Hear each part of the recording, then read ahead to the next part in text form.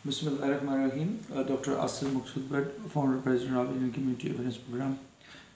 आज 1 दिसंबर है और हर साल 1 दिसंबर के दिन एड्स के मतलब जो है वो आगाही का दिन मनाया जाता है, जिसका मकसद यह है कि हम अवामुन्नास तक उनकी आगाही में इजाफ़ा करें, मालूमात में इजाफ़ा करें और उनको एड्स जैसे मुख्तलिफ मर्ज़ के बारे में आगाह करें, और ताकि वो हर साल हर दिन जो है अपने आप को जांचें, परखें और अपनी सेहत के मामलात के ऊपर अपनी खुद हिफाजत करें।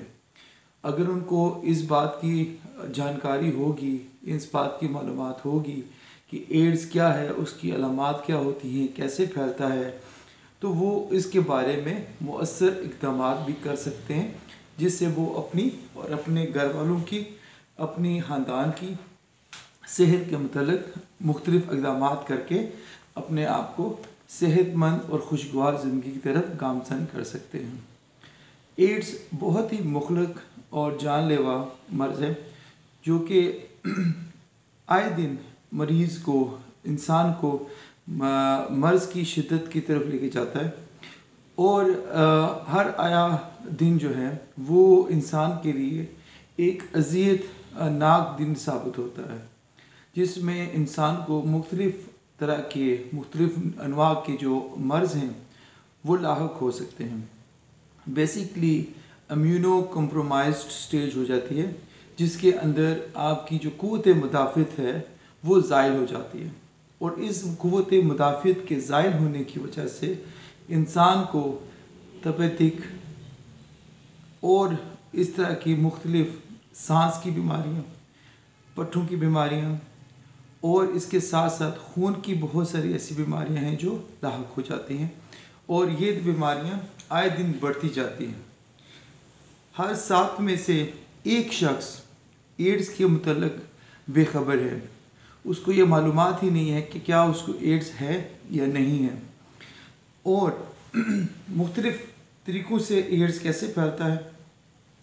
हम पहले थोड़ा सा अपने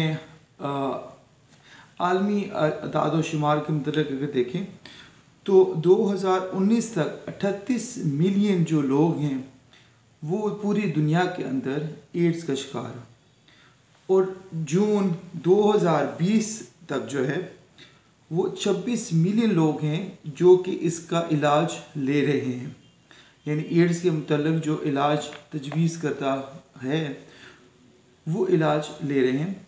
और अभी आप देखें कि 10 से 12 मिलियन लोग ऐसे हैं जो कि इसके इलाज से जो है वो उनको इलाज नहीं मिल पा रहा, वो इसके इलाज से नाशनास भी हैं और इसके इलाज उनके पास नहीं है।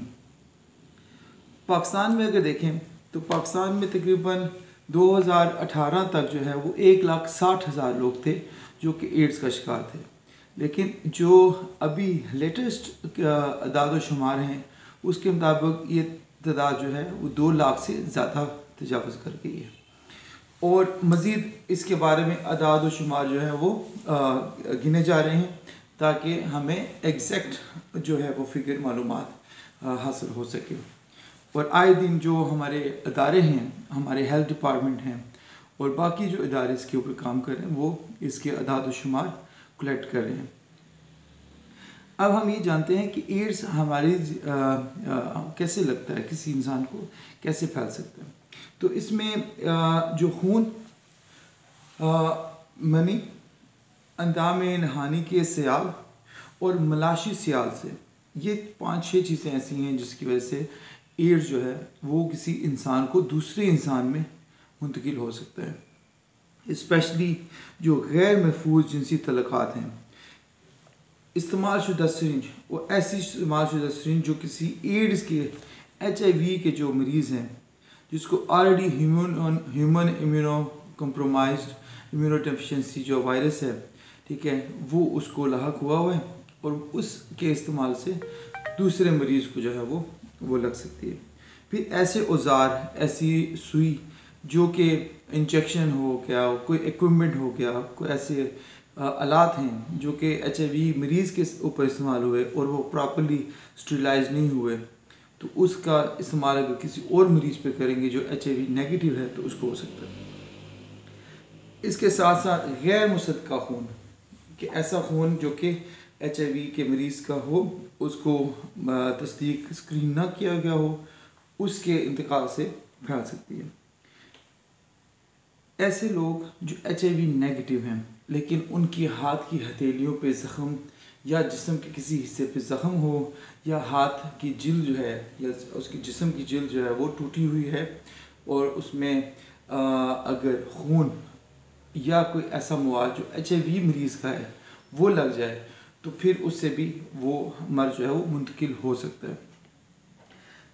इसके अलावा कुछ ऐसी गलतफहमियाँ हैं HIV के मतलब जो मैं करना चाहूँगा कि जैसे हवा से HIV का मर्ज़ नहीं फैलता, मच्छर के जो है उसके काटने से ये मर्ज़ नहीं फैलता, किसी के गले मिलने से, हाथ मिलाने से या छूने से ये मर्ज़ नहीं फैलता। आप मरीज़ के साथ बैठे हुए, आप उसके साथ अपनी प्लेट के अंदर अगर खाना खा रहे हैं, आप बैठे हुए हैं साथ, तो ये मर्ज़ नहीं फैलता। हाँ, अगर वो मरीज़ जो है वो खाना उसने अपना क्यों किया हुआ है, उसके अंदर खाया हुआ है और वो उस प्लेट के अंदर है मौजूद, और वो वहाँ से गलती से कोई ऐसा शख्स उसको साफ समझ के खा लेता है, या उसके लाभ उसके साथ लगा हुआ है या खून उसके साथ लगा हुआ है, तो वो फिर उस मर्ज़ फैलाने के बायस बन सकता है। तो ये वो चीज़ें हैं कि जिससे HIV का मर्ज़ जो है वो नहीं फैल सकता। और स्पेशली जो HIV के मरीज़ हैं, अगर उनकी देखभाल कोई कर रहा है तो उसको भी HIV का मर्ज़ तब तक नहीं फैलेगा जब तक उसका लाग, सियाल या खून का कोई भी ऐसा मवाद वो उस दूसरे मरीज़ के जो इन्फेक्शंस हैं वो अगर किसी HIV नेगेटिव पर्सन को नहीं मुंतकिल होगा।